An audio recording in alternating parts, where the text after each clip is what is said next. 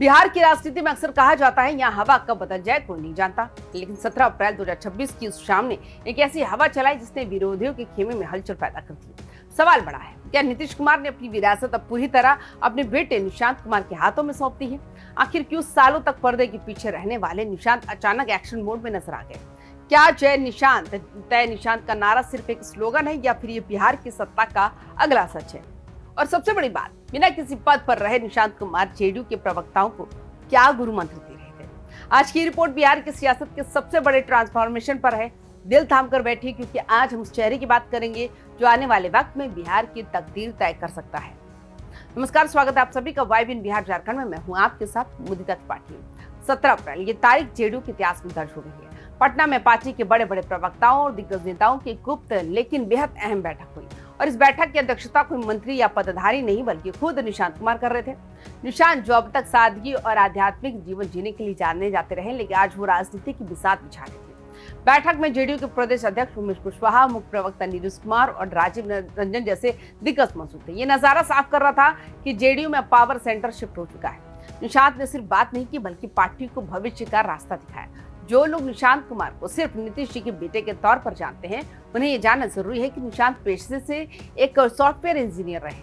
BIT Mesra से पढ़ाई करने वाले निशांत ने सालों तक खुद को चमक धमक वाली राजनीति से दूर रखा। उन्हें करीब से जानने वाले कहते हैं कि वे आध्यात्मिक स्वभाव के हैं और जमीन से जुड़े इंसान हैं, लेकिन अब जब पार्टी को एक युवा और इस साफ सुथरी छवि वाले नेतृत्व की जरूरत है, तो निशांत ने अपनी सादगी को ही अपनी सबसे बड़ी ताकत बना लिया।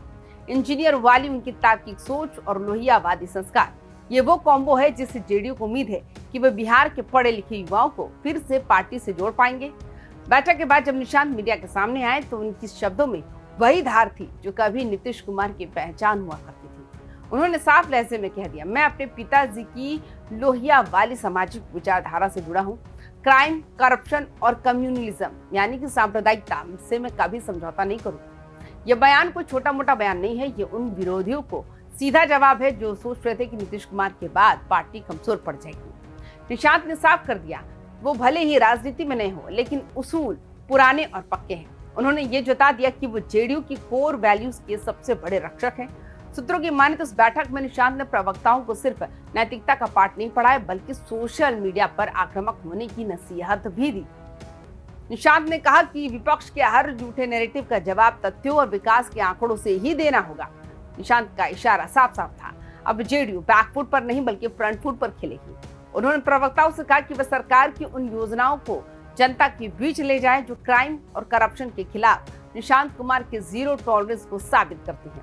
यानी निशांत अब जेडीयू की नई इकोसिस्टम तैयार करने में जुट गए हैं। लेकिन असली धमाका तो मुख्य प्रवक्ता नीरज कुमार ने किया।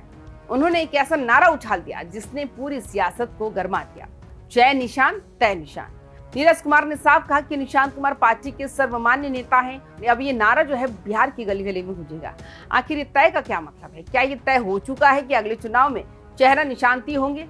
जेडीयू के प्रवक्ताओं ने निशांत से आग्रह किया है कि वो इस जिम्मेदारी को संभाले। एक सोची समझी रणनीति लगती है। जनता के बीच ये मैसेज देना है कि निशांत सिर्फ नीतीश के बेटे नहीं बल्कि कार्यकर्ताओं की पहली पसंद भी है। राजनीतिक पंडितों की नजर इस बात पर है कि निशांत कुमार का ये सॉफ्ट लॉन्च एनडीए की बेहतर सीटों के तालमेल पर भी असर डालेगा। बीजेपी के साथ जेडीयू के रिश्तों में निशांत एक सेतु यानी कि ब्रिज का काम कर सकते हैं। उनकी बेदाग छवि और कम बोलने की आदत उन्हें एक ऐसा नेता बनाती है जिस पर गठबंधन के सहयोगी भी भरोसा कर सके। जय निशांत तय निशांत का नारा सिर्फ जेडीयू के लिए नहीं बल्कि पूरे एनडीए के लिए एक संकेत है कि नीतीश कुमार के बाद भी नेतृत्व की कोई भी कमी नहीं होने वाली। क्या निशांत का ये बढ़ता कद चिराग पासवान और तेजस्वी यादव जैसे युवा नेताओं के लिए चुनौती बनेगा? ये देखना तो वाकई दिलचस्प होगा। नीरज कुमार ने एक और बड़ी बात कही। उन्होंने नीतीश कुमार के इस्तीफे और निशांत के डिप्टी सीएम पद को ठुकराने की बात को त्याग की मिसाल बताया। उन्होंने कहा कि देश की राजनीति में ऐसा कोई उदाहरण नहीं जहां एक नेता 5 साल के लिए चुना जाए और 4 महीने में पद छोड़ दे।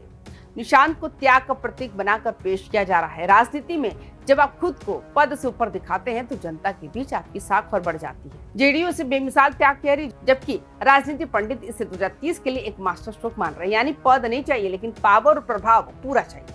नीरज कुमार ने जिस त्याग की बात की वो बिहार की भावनाओं से जुड़ा मुद्दा है। बिहार की जनता हमेशा से त्याग और सादगी को सम्मान देती आई है।